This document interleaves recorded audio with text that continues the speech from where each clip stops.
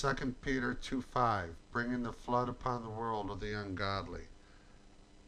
2 Peter 2:5, and spared not the old world, but saved Noah, the eighth person, a preacher of righteousness, bringing in the flood upon the world of the ungodly. Now, Genesis 7:11, fountains of the great deep broken up, and the windows of heaven were opened. Genesis 7:11.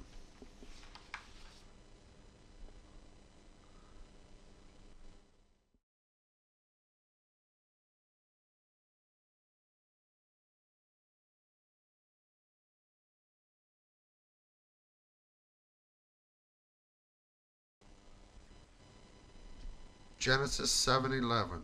In the 600th year of Noah's life, in the second month, the 17th day of the month, the same day were all the fountains of the great deep broken up, and the windows of heaven were opened.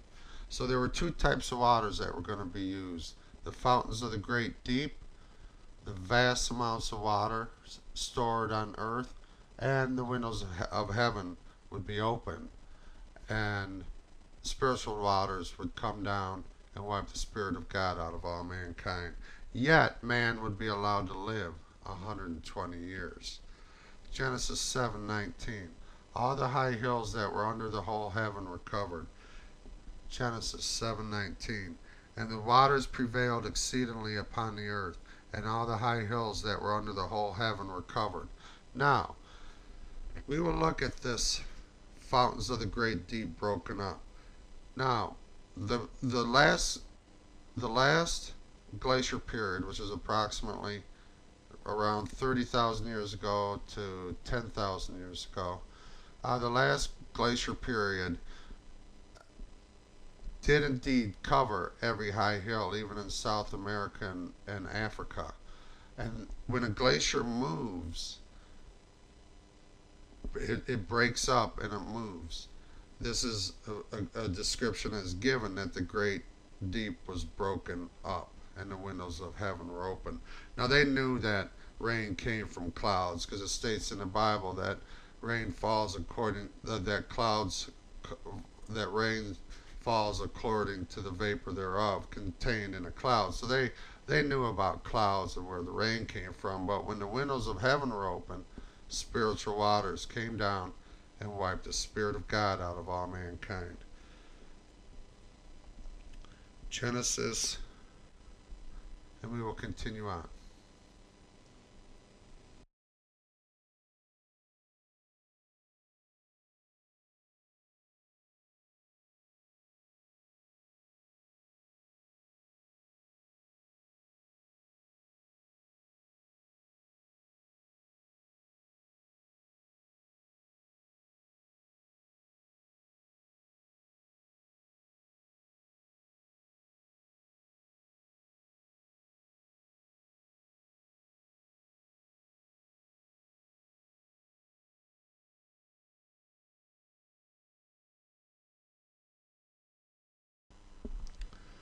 Now, before we get on with our study, now I propose that Noah's Ark pass through time. Every day Noah was on that ark was 120 years going by on planet Earth. Now, it's not hard to believe time with time with his word, because he laid his arm down on the Red Sea and caused the waters to part for Moses. He Elijah made lead float. Jesus Christ raised the dead and walked on water. Now, God has control of every aspect of this physics and every law of this universe. He has access to, and he controls it with his word. Now, we will continue on. Genesis 8:5, decrease continually until the 10th month. Genesis 8:5, and the waters decreased continually until the 10th month. In the 10th month, on the first day of the month, were the tops of the mountains seen. Genesis 8:11. Now, when we get to Genesis 8:11, you will see one reason why I think that there were two types of water, spiritual waters and then the fountains of the great deep, which were broken up during the last ice age. And of course, that lasted till around 10,000 years ago. And now, Genesis 8:11. And the dove came into him in the evening, and lo, in her mouth was an olive leaf plucked off. So Noah knew that the waters were abated off the earth. Now, where did this olive leaf come from? Where did this olive tree come from? Now, many teach that there is a big canopy around the earth, covering all high hills, in one big solid canopy of water. Now, how is an olive tree going to survive that? This is what drives me. This is one of the areas that drives me to think that Noah was actually passed through time. Now, every day that Noah looked out, when Noah looked out of that ark, he seen water. But man went through his life, which was measured at 120 years. He gave man 120 years, and they survived through the ice age on the edge of the glaciers, and they went off and survived where they survived without the Spirit of God. Genesis 8:12. Genesis 8:12. And he stayed yet another 7 days, and sent forth the dove, which returned not again unto him any more. Now he sent the dove out again, and it returned not any more. Now we will study now the comparison and the connection between the flood of Noah and baptism and the baptism of Jesus Christ. 1 Peter 3:21. 1 Peter 3:21.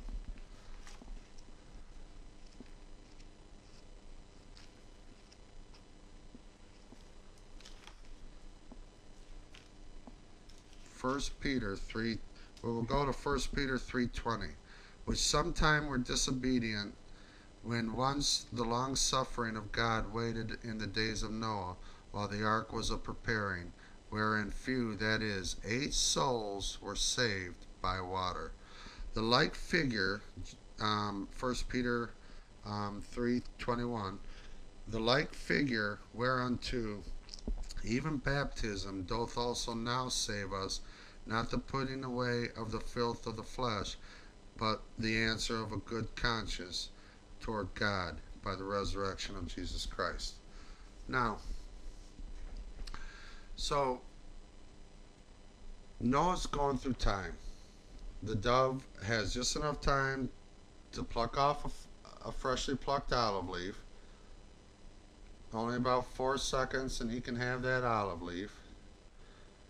And then it was sent out and returned not again to him anymore.